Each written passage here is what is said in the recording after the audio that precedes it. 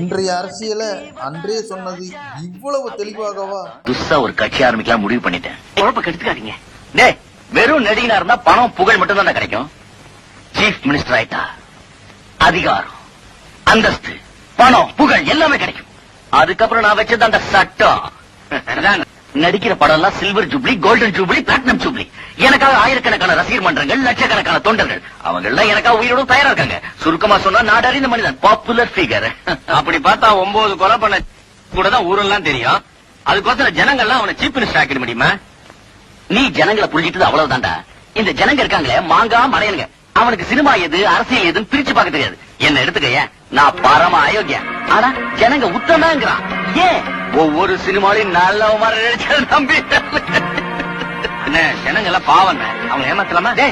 நாம ஜனங்க திருத்த வந்துட்டோம். அவங்க கிட்ட இருக்க முட்டாள்தனத்தை பயன்படுத்தி பதவியை பிடிச்சிடணும். அதான் புத்திசாலி.